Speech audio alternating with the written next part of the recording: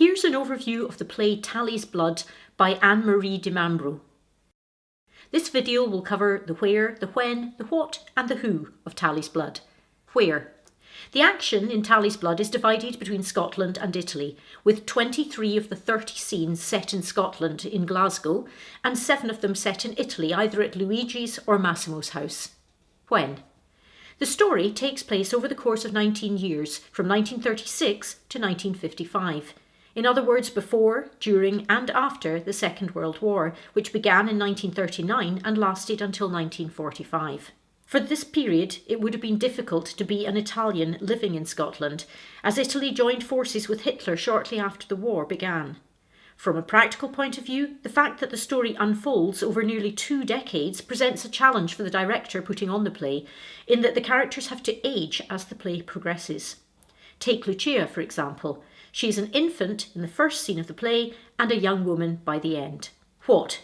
In its 30 scenes, the 2-act play Tally's Blood explores a number of important themes, including nationalism and prejudice, love, both romantic and family, war, and attitudes to men and women. A quick point about nationalism, in case you're wondering what that is. You've no doubt heard about patriotism, which is an intense love for one's own country and is generally viewed as a positive thing. An example of patriotism in the play is Franco feeling so British, despite being Italian, that he wants to sign up for the British Army.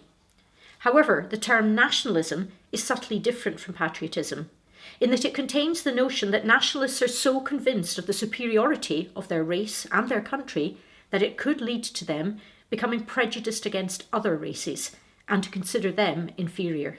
The anti-fascist mob is an example of the ugly side of nationalism.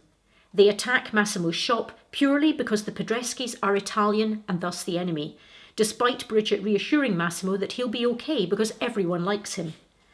But the Scottish mob don't care that Massimo is a good man. These Scots see Italians as their enemy. War inevitably flames nationalistic tendencies. Who? Tally's Blood features 7 characters on stage, including 3 couples. First, there's fervent Italian patriot Rosinella and her long-suffering, hard-working husband Massimo. Then there's the Pedreschi's spirited and slightly spoilt niece Lucia and her faithful childhood friend and subsequent love interest Hughie. The third couple is comprised of Massimo's brother Franco and his beloved Bridget. The 7th and more minor character is Luigi, Lucia's father. Rosinella Pedreschi. As mentioned previously, Rosinella is a fiercely patriotic Italian woman living in Scotland, who is nonetheless extremely prejudiced against the Scottish people. Possibly not a smart idea, given that she's surrounded by them.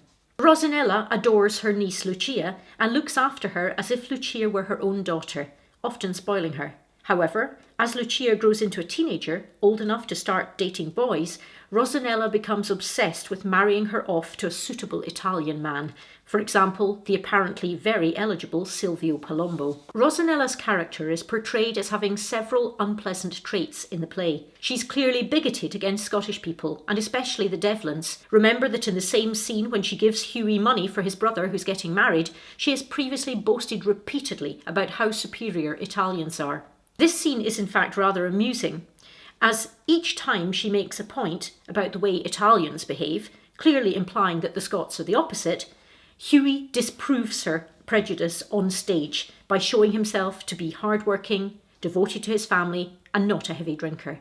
Another of Rosinella's flaws is that she likes to be in control of everything and everyone. She intervenes in the love life of her niece and her brother-in-law, and her treatment of both Hughie and Bridget Devlin portrays her in a highly negative light. Indeed, her prejudice against both Bridget and Hughie affects those young people's lives significantly at different points of the play.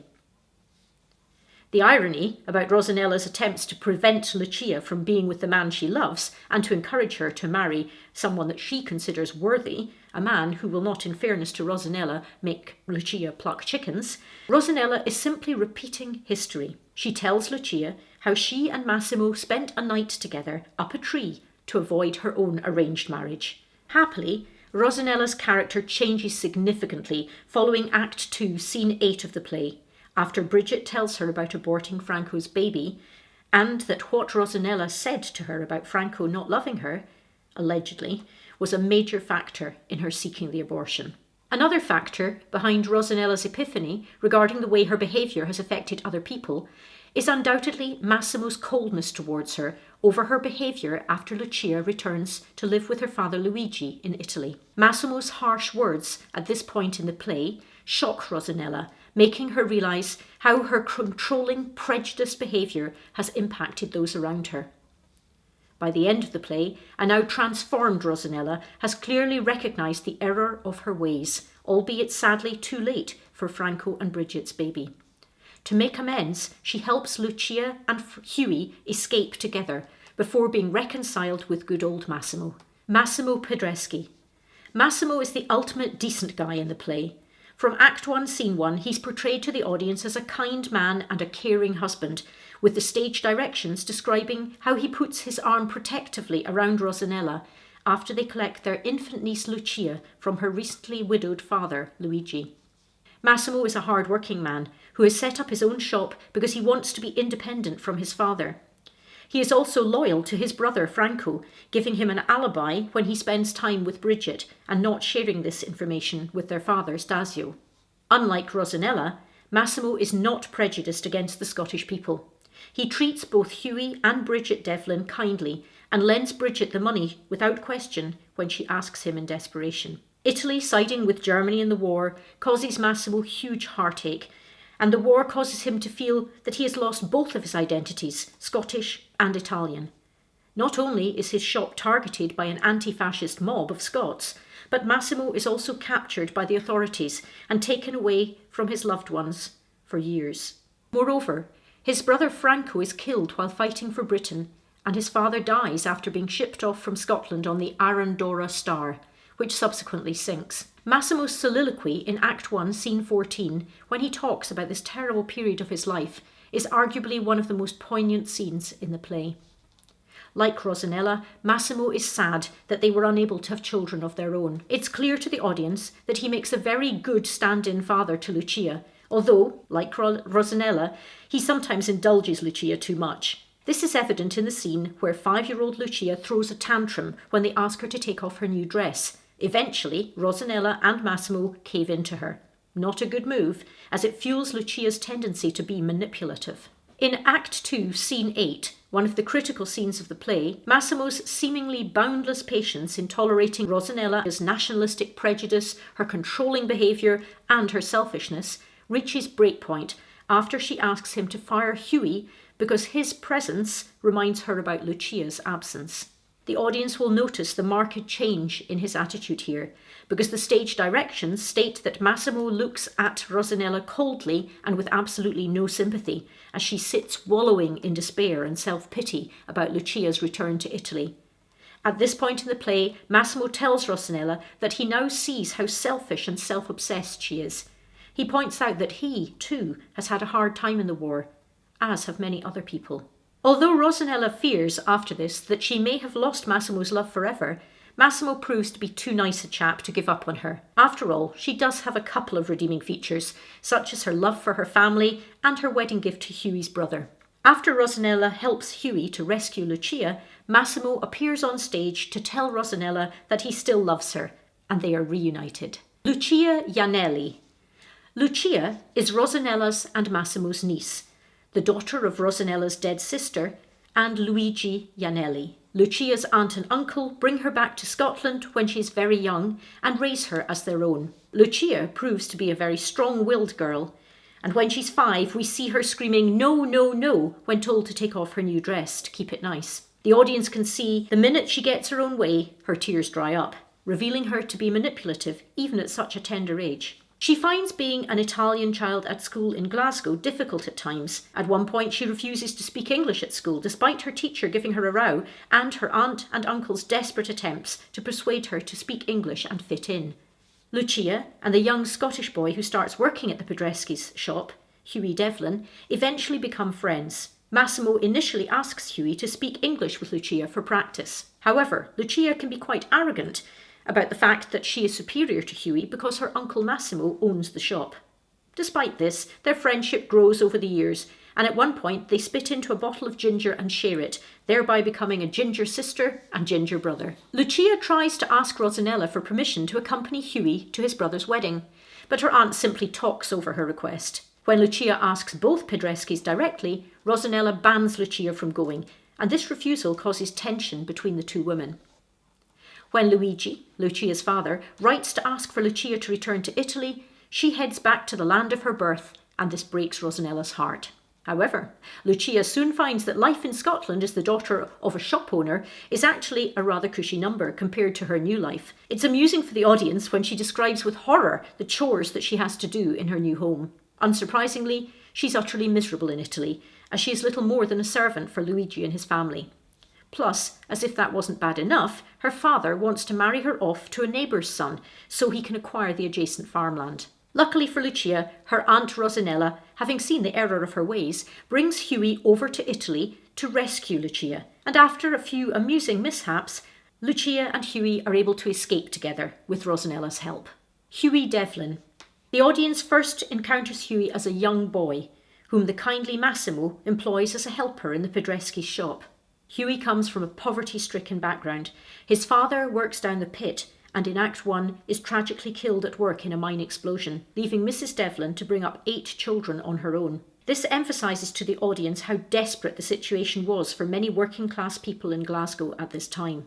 Lack of birth control meant that women often had large families, and the conditions in the steelworks and in the pits were very dangerous. One of Hughie's 7 siblings, his sister Bridget, becomes romantically involved with Massimo's brother Franco. Hughie is very much a family boy, and after his father's tragic death feels responsible for making sure his mother isn't left alone too much. This shows him to be a compassionate and thoughtful son. It is Hughie who comforts Rosinella after she and Massimo have had a disagreement at the end of Act 2, Scene 8, prompting her to say, "I'm sorry," which is a landmark moment in the play.